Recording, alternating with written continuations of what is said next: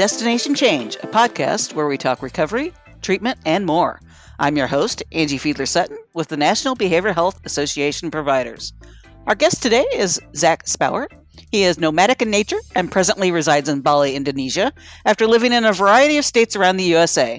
He is open about his 16 years of recovery from alcohol and other drugs, with a sobriety date of November 28th, 2006, and as such has adopted the name Nomadic Addict to account for his lifestyle and passions. He has been successful in numerous departments within the behavioral health care industry. He has experience in clinical services, compliance, quality assurance, program development, and business management and strategy.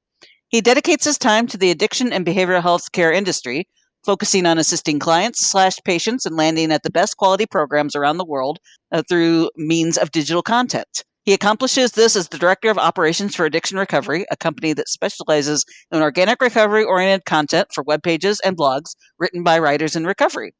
Thanks for joining us, Zach. Thanks so much for having me, Angie. I appreciate being here. For those who are new to the podcast, we always start with the question, kind of your sobriety origin story, so to speak. So tell me kind of your experience. You mentioned that you've been sober since November 28th, 2006. Congratulations, first of all.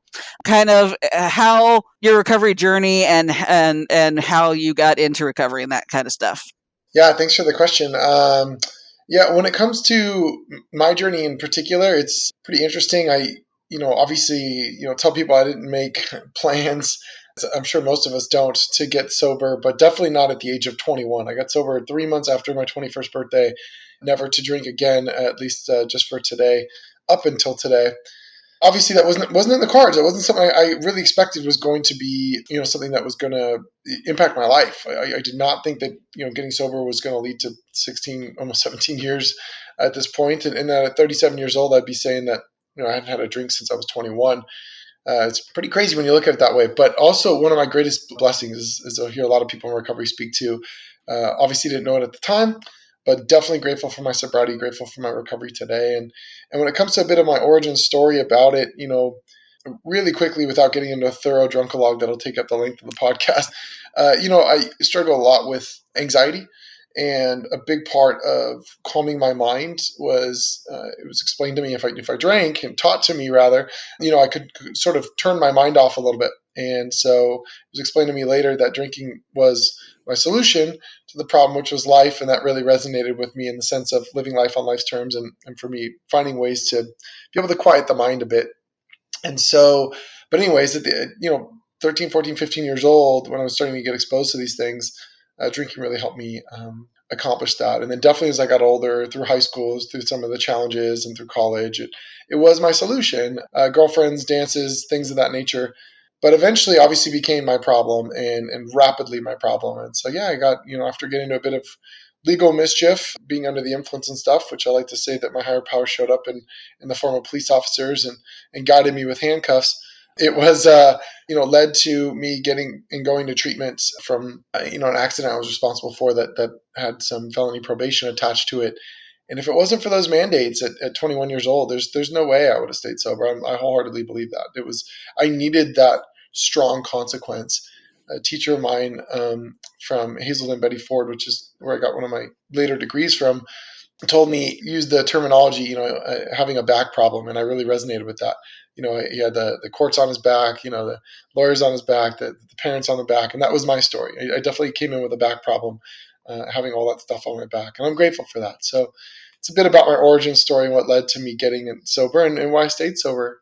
Well, and how did that transform into your career to use that as part of your recovery into the recovery space? Yeah, great question. Actually, for the first few years of my sobriety and recovery, I did not want to work in the industry at all. If anything, I saw wholeheartedly in the treatment space how chaotic that looked, how much was going on, people relapsing around me, people sneaking, drugs into treatment. I'm like, this is nuts. I want nothing to do with this space. I thought I'd be a banker or something. You never know. But it was about at the 5-year sober mark. I was actually flying helicopters, believe it or not, trying to get into the military, which is my family had a little bit of a history of that. Long story short, that didn't pan out. And so I was flying helicopters for a couple of years trying to beef up my resume for that opportunity to join. And I just didn't feel like it was the right calling. And I got turned on to an opportunity to be a behavioral health technician, a BHT or a house manager, whatever people call them these days, depending on the program. Just sort of an entry level, $10, $12 an hour position working in a treatment facility on an afternoon shift. And I'm like, you know what? This seems like something I want to just try out. I was a bit lost. I was college grad. I didn't know what I wanted to do, and it really seemed to be a good opportunity for me to give it a shot. So I did, and slowly but surely worked my way back up. And that led to me applying for an advanced degree at Hazelden, now Hazelden Betty Ford in Minnesota, getting some education from there. And then that led to me becoming a full blown counselor clinician, which led to more and more and more.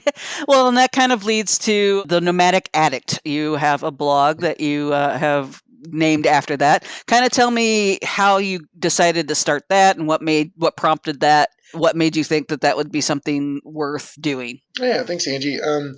Yeah, so Nomadic Addict for me was a name that just came to me, I think, overnight, right before I was getting ready for bed one night. And it just seemed so applicable. Plus, it kind of sounded relatively catchy, but obviously representing just the nomadic lifestyle, which I really gravitate towards. I find a lot of healing in connecting with people.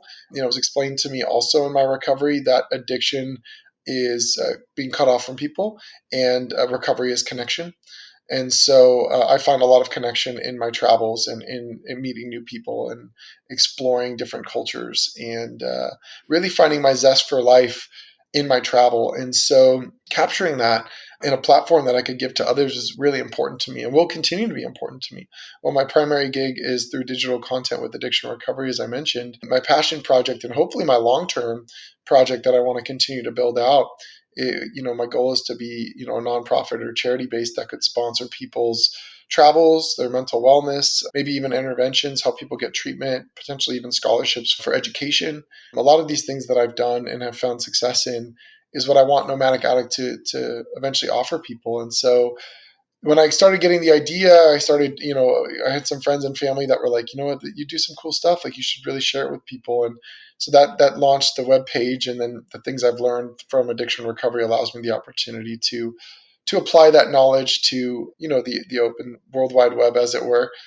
And so we'll see where it goes. But, I would love to extend things that bring me a lot of joy, peace, and happiness and freedom that I've learned through my recovery and sobriety to other people to experience the same. And that's what Nomadic Addict is really about. As a writer myself, I'm never a big fan of where do you get your ideas because I know it always depends. But kind of walk me through some of the posts that you have done and what prompted that and what prompted you to write about one thing versus another. Yeah, so a lot of it is just experience based. I mean, I think one of my first ones was, travel oriented, for people that are open to the idea of, how you travel. It's very much not an uncommon thing, especially post COVID. Everybody's traveling these days. You get influencers left and right popping up, and that's great. I think lean into it for everyone. So a travel vlog or a travel blog is definitely not uncommon, but that added element, my hope is of speaking to the recovery piece, speaking to the sobriety piece, speaking to the ability to travel sober, get on a long haul flight, even if you are inherently anxious like myself and may or may not feel super comfortable with that, or getting off of the plane and then being like, I don't know the language, I don't know the culture, I don't know anything except for my, I don't even know where to get my SD card, just being able to speak to some of these things for, okay, how do we get people set up to, or SIM card rather, get them set up to get plugged in, get internet, find a place to stay, where do they go? And so some of the basic fundamentals of travel, and then also highlighting some really cool things around fear. I've really learned to lean into my fear, which is, they can say, face everything and recover, in the element of one of the acronyms for fear, which I really like. And so that's kind of something I really choose to lean into. And so one of my blogs is on shark diving, which I think CCAP or Elements of Pete Nielsen had actually promoted that on one of the websites, which I really appreciated that you guys have a recovery site. But and really just speaking to that, I never thought I'd be in the water with a 12, 14, 16-foot shark pretty much face to face, thinking that was a good idea, let alone, actively pursuing that with other people thinking that was a good idea. And, while that doesn't have to be for everyone, for sure, and I'm not trying to, flex on anybody as like, oh, look at how cool I am. It's the purpose of it is really to highlight that was something I never ever thought in my wildest dreams I would do, sober or otherwise. I definitely thought it wouldn't be sober if I ever was going to do it. So to lean into those things and to be able to capture that in a blog and through a message to hopefully translate to other people is really what, again, my focus is about, to hopefully encourage and inspire and motivate people to go out there, whatever that shark might be for them, go out there and get face to face with it and have a good time in the process. Talk a little bit more about your other content creation. What exactly do you do? I mean, to put it in a nutshell. Yeah, so from the addiction recovery side of things, we're writers in recovery, overseeing the operations there as my primary gig. That we write for treatment facilities, we write for interventionists, we write for mental health professionals, we write for even some alternative platforms, mental health programming, autism, and senior care. And these are people whose lives are touched by recovery or actively in recovery. Writing, editing, publishing blogs and web pages so that we can help people find the resources that they need. And that's ultimately what this is about. Google's primary purpose is to give the best information for its users. And so if we write to give the best information for people on these subjects, then Google's going to hopefully provide that information for its users when you go to type in those 2 a.m. questions about, whatever those may be, something around recovery, or, where is it possible to get sober at 21 years old or something, right? And you have a blog about that with information about it, driving to a program that, we vet, because we won't work with just any program. We want to know that we would send people to these places ourselves and feel good about that. And so our whole belief system is, casting life-saving content into a sea of digital misinformation. And we know that in this world, this digital space that we live in, there's so much garbage out there. And one of my favorite quotes is really a meme, but it's got Abraham Lincoln's face saying that you can believe everything you read on the internet. That's one of my all-time favorite things. I wish I could put it on for this, because it's so funny, because it's amazing how much that glosses over people's eyes when they first look at it. Like, they don't even register that clearly Abraham Lincoln was not around for the internet, and clearly you cannot read or believe everything you read on the internet. So, that truthful information, that grounded information, that researched information, that is hopefully going to drive people to, good programs, and also give them good information, that altruistic marketing technique. And Nomadic Addict is no different. I apply what I've learned from addiction recovery and from the CEO, Wes Jones, who's a great guy. I know you guys are connected with him too in some regards. He, is really big on just good works in the space and in the industry and helping people. And Nomadic Addicts born from that as well, trying to provide the same mission and belief. Well, speaking of resources, what are some of the ones that you either use yourself or that you recommend on a regular basis? So obviously, so I'm on the board for BHAP and BHAP now, and that obviously I have my attachment to CCAP, and I know there's some affiliations here, but that's a great resource. Pete Nielsen himself is a fantastic resource. You guys are all amazing resources. So those are certainly top of my list, top of mind. There are some good opportunities out there. Joint Commission will list accredited programs, although we all know that just because you're accredited doesn't necessarily mean that you're the best program. There are ways to get accredited without necessarily still being maybe the best ones.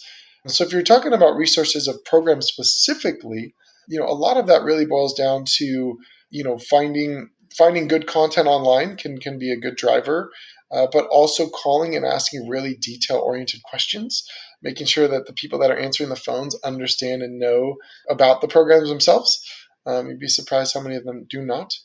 But yeah, there's a lot out there, so I don't want to overwhelm and take up the whole call with trying to answer this. But I think really speaking to people that are coming from a good-hearted place, in the simplest form, an answer can be your best way to find good resources. And that's why, I led with Pete, I led with CCAP, I led with BHAP. There's a reason why I enjoy being with you guys as well, because I know and I trust you, and there's some good people out there that will make sure you land at the right programs in the right places. And so happy to be a resource to anybody out there through Nomadic Addict as well.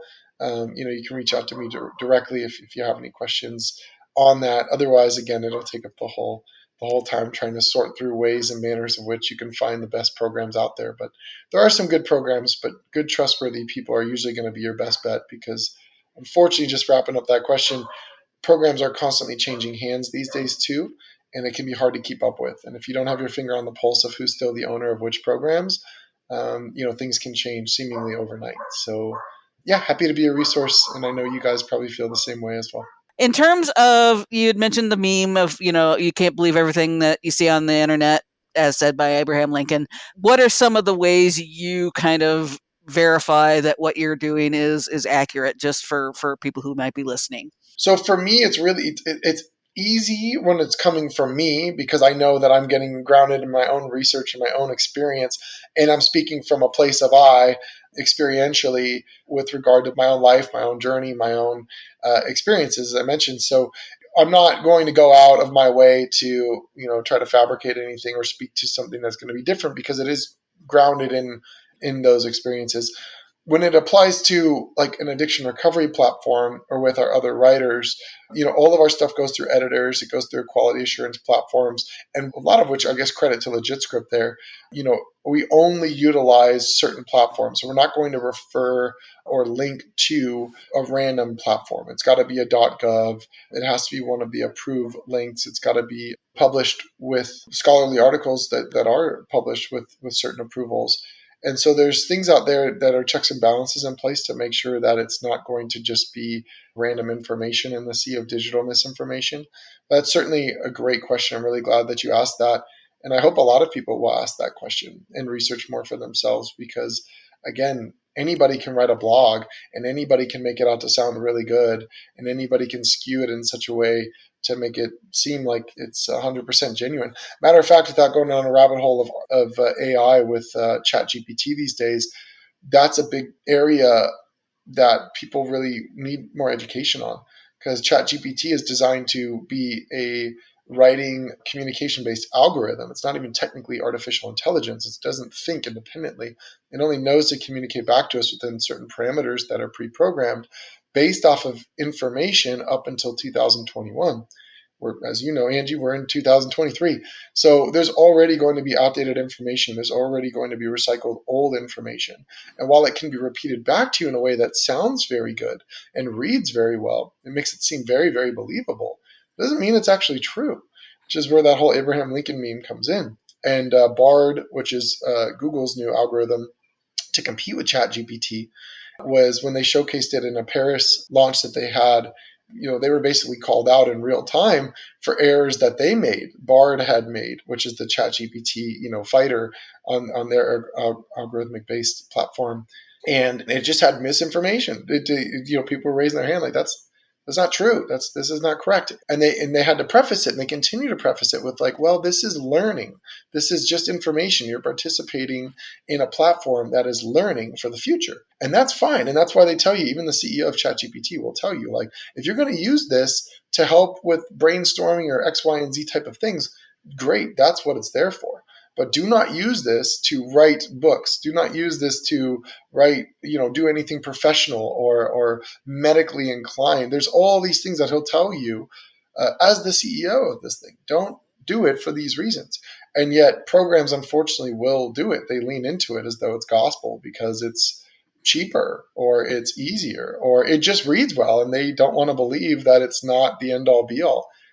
Maybe one day it will be. I do believe wholeheartedly that that's the direction we're going. And it might be 3 years, it could be 1 year, it could be 5 years. AI will be a thing. True artificial intelligence will be a thing, and it's amazing. It's not there yet, though. It is just a repeated algorithm, mathematically based, to communicate back to us. And that means it doesn't have its own intelligence. That means it's going to take old, recycled information that has a high likelihood of not being accurate, is going to be in that space of a sea of digital misinformation. So I hope that answers your question. If it doesn't, feel free to ask me more, and I'll keep rambling about some other stuff and try to answer it for you. Nope, that's exactly what I was hoping for. The name of the podcast, as you know, is Destination Change. We talk about the addiction treatment journey. Since you are the nomadic addict too, kind of talk a little bit more about that, about how addiction can also be a journey and what does it mean to go through treatment and recovery and how that applies to what you do.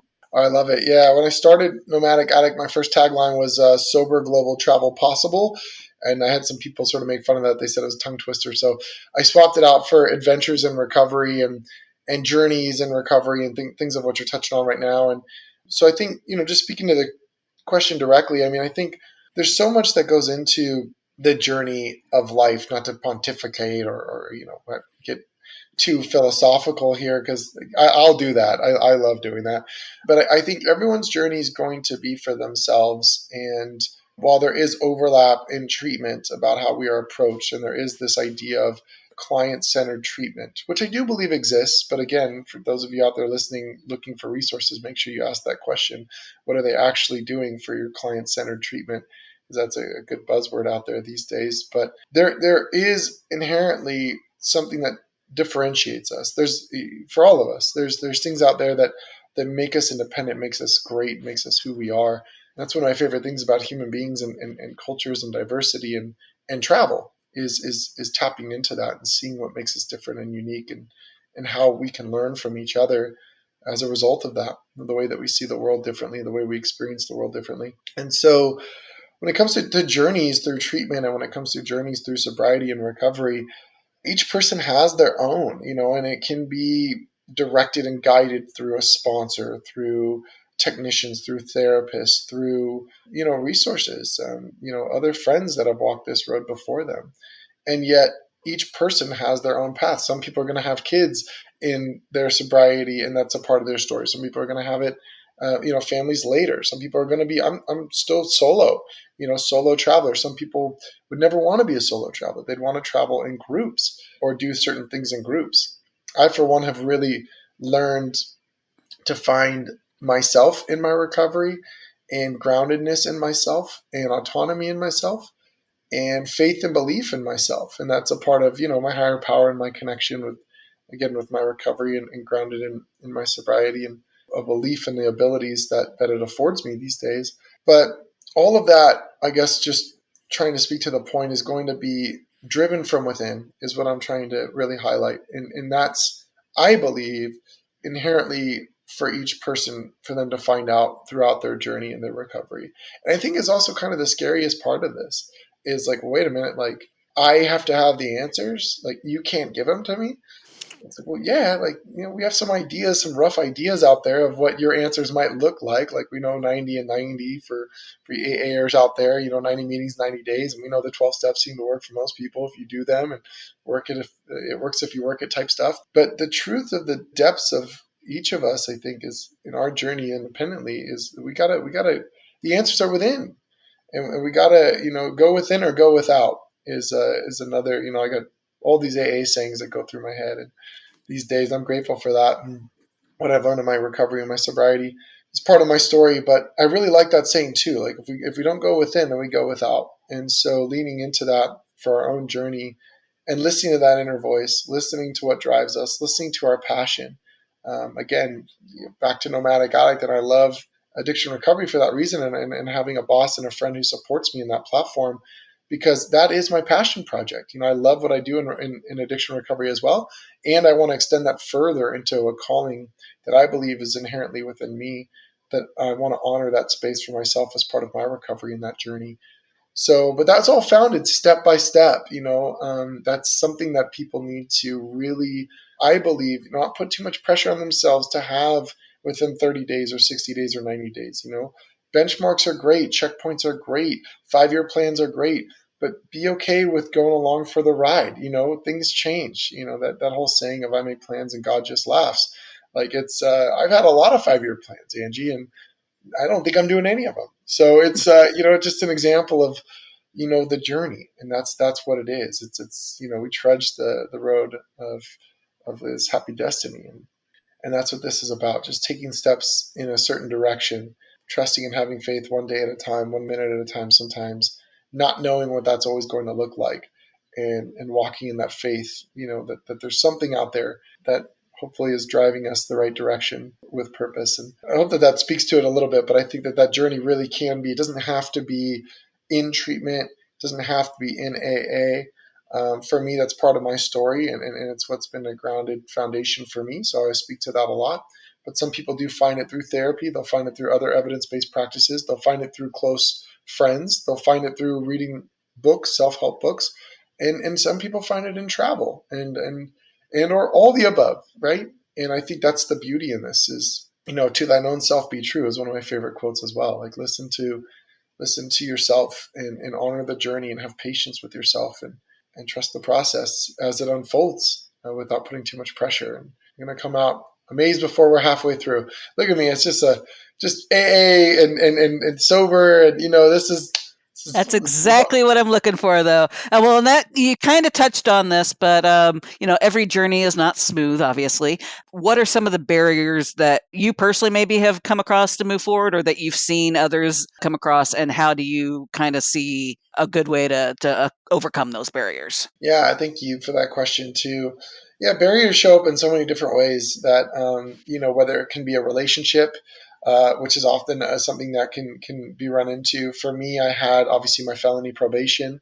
Those were certain barriers going back in time to my early days of sobriety. Different locations can be a barrier. Fear is a barrier. Change is a barrier. I mean, I'd take up the rest of the podcast talking about barriers. So I love this question.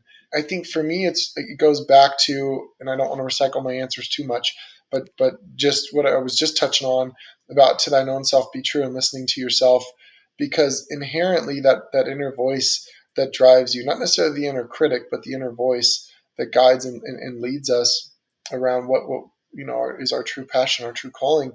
I think can pull us over, lift us over some of those barriers and draw us past them. And so, should I be in this place, or should I go to another place, or should I stay in this relationship, or should I move on, or how am I going to get through this felony probation that was 5 years and seemingly daunting, or a house arrest for 4 months, not being able to leave my home and staying sober through those things. These are all things that are barriers that can be blocks, and not having a license for 2 years while also having to get to AA meetings and school and DUI classes. And these are all barriers. And I know a lot of which can be accomplished these days with Ubers, but, the old school days was a bicycle and, the whole walking uphill both ways in the snow type story. There are always barriers, always barriers. But if we think about how we drank and potentially used drugs, and I really think to the ingenuity of what is inherent within most alcoholics or addicts, if you identify with those labels, just human beings if you don't. It's just like where there's a will, there's a way.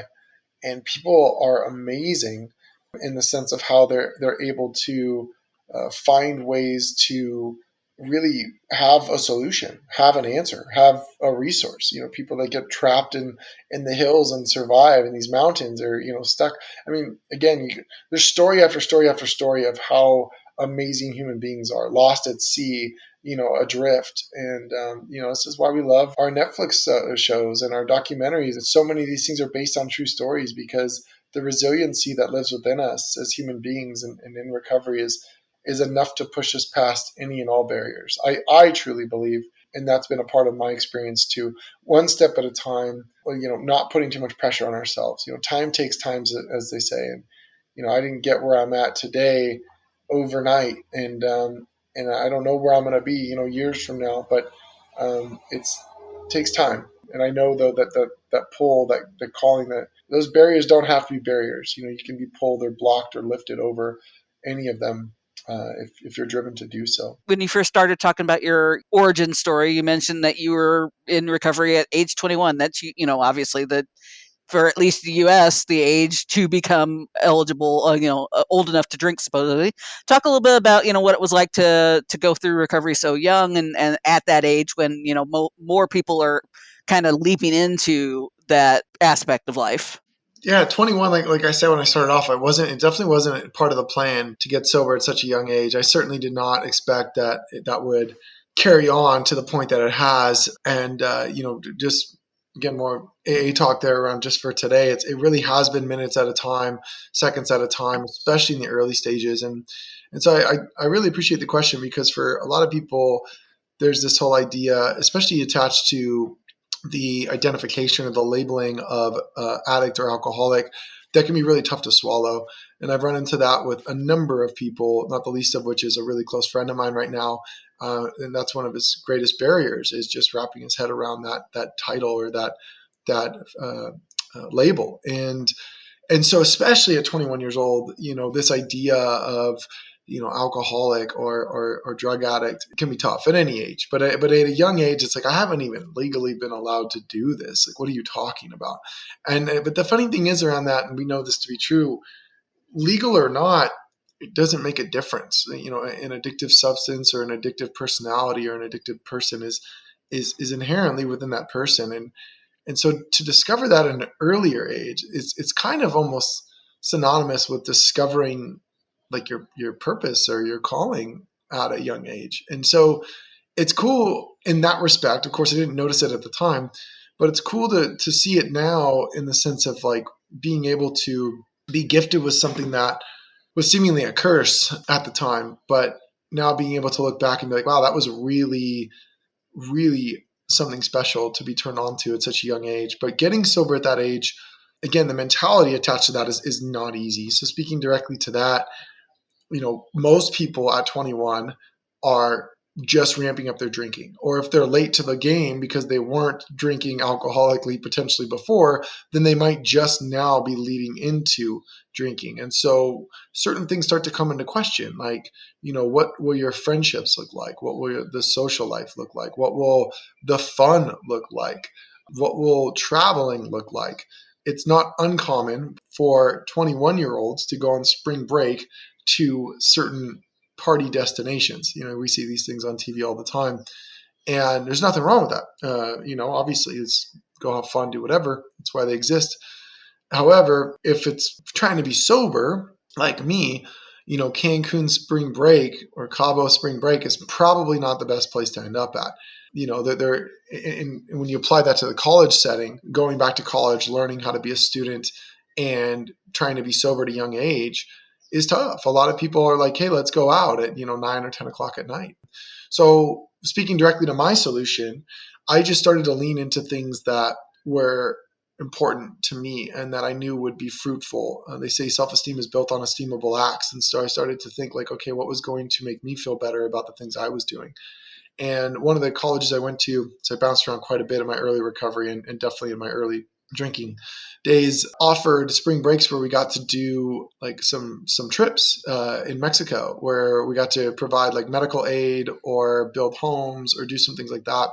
And so in my sobriety, that was an example of something I did to sort of stay away from some downtime where I could maybe get into trouble, or some other people might be going to, maybe one of these party destinations and I could be tempted.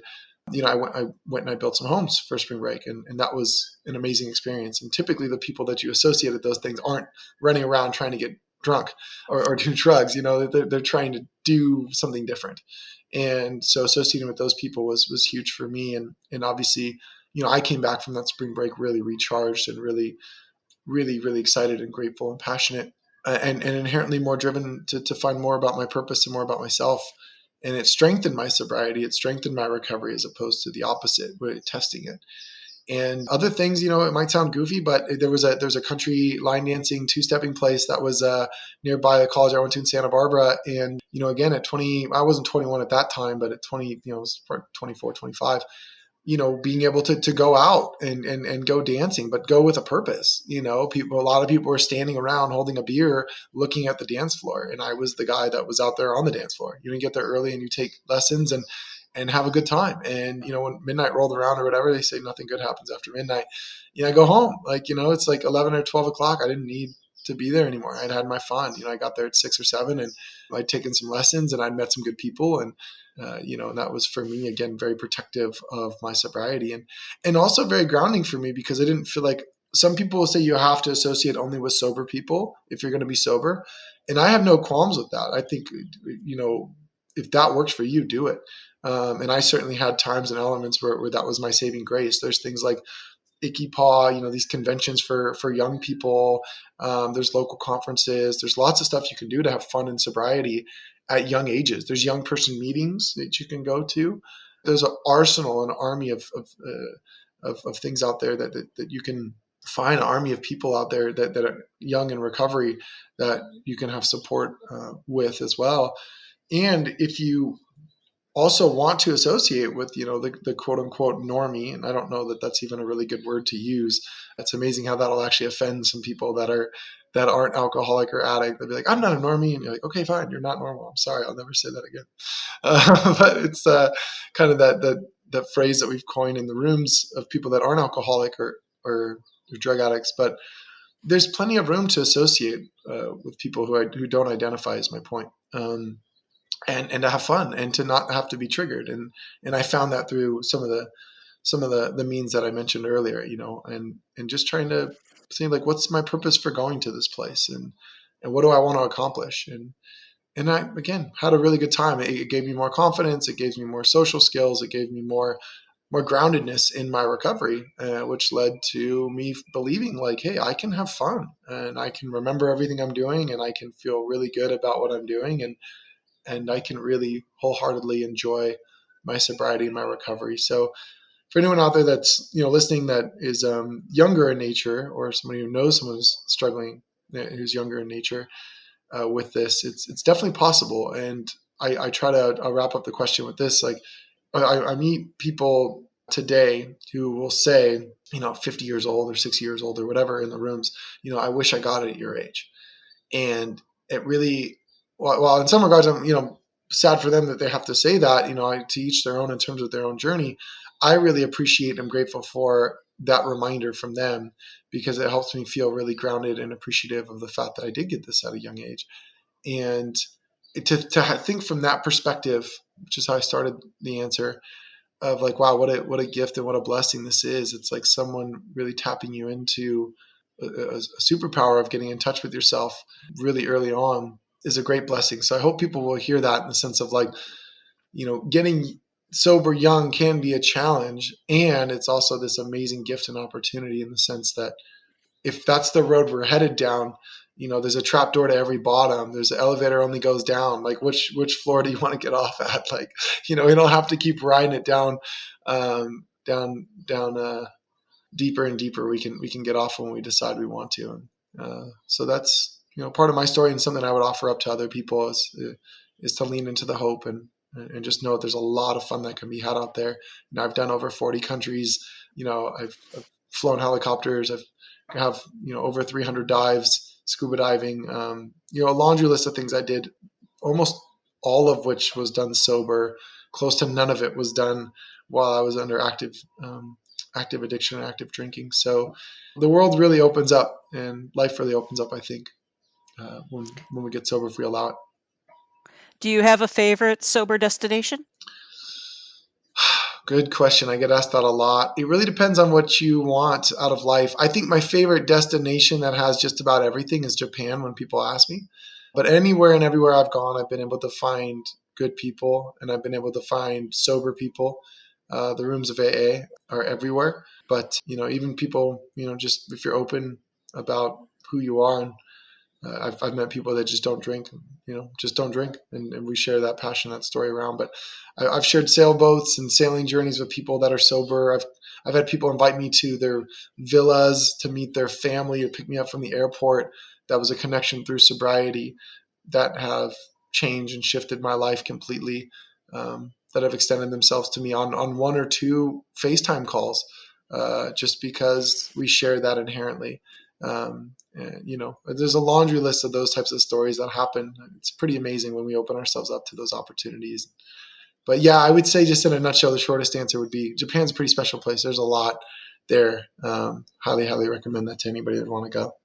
And then is there a place or a activity that is on your bucket list that you haven't done yet that you really would like to do? Oh my gosh. Yeah, I'm knocking that bucket list off pretty quick, about as quick as I can write them down. I'm really trying to live for the moment these days. And especially being a digital nomad, it affords me that opportunity. And nomadic addict, I really can, I'm extending in Hawaii here after was only going to come here for a week, and I'm going on 3 months, still working my way back to Bali. So a short answer for that would be, it's pretty cool to say that at the present moment, aside from just experiencing more journeys and more travel, no, maybe Tonga and more whale swims. The whale swims are pretty special. you get a chance to do that, those creatures are pretty amazing. Now, if someone wants to learn more about you or learn more about what you do, what's the best way they can get a hold of you or visit, website and stuff like that? Yeah, thanks for asking. Yeah, so it's just me, one man band as it were. So reach out to me directly. You don't have to go to any screening process or any assistance. It's just info@nomadicaddict.com, spelled with two T's, is how you can find me, or Nomadic Addict, again spelled with two T's at the end. .com is my website. There's opportunities there to email me directly. I'm also slowly working on building a campaign to sponsor people's travels and or assist with some of their mental health and wellness. So keep an eye out for some opportunities to donate to that. And there's a link up for now, but we're going to keep moving forward and hopefully see who we can help. But yeah, those are probably the best means to find me. Also Instagram at Nomadic Addict. So is my handle. YouTube, all the same. Dare I ask why the extra T? Because one's never enough. No, thousands too many. One's never enough. No, that's a great question, and the short answer is that I just I couldn't have the handle. Some Okay. people own them on different platforms, and for consistency, I wanted to just have that. But yeah, no, there's. I figured it was probably something like that, but Yeah, but wanted to make sure there wasn't some sort of symbolism or. Yeah, one is never enough. That's what I'm going for now. Okay. Anything else that you'd like to talk about? No, open-ended questions. No, I'm a big believer that answers are within, and I'm really grateful for the opportunity to be here and to speak with you. And I love the work that you guys are doing. I'm honored to be a part of it and to show up in any way that I can. And I'm just happy to be a resource to anybody who's out there in any way that I can. Well, you've been listening to Destination Change. Our guest today was Zach Spowart. Thanks for being here. Our theme song was Kita by Sun Nation and used via Creative Commons license by the Free Music Archive.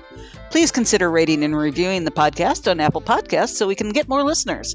In the meantime, you can always see more about the podcast, including show notes, transcripts, and where else to listen to on our website, www.nbhap.org.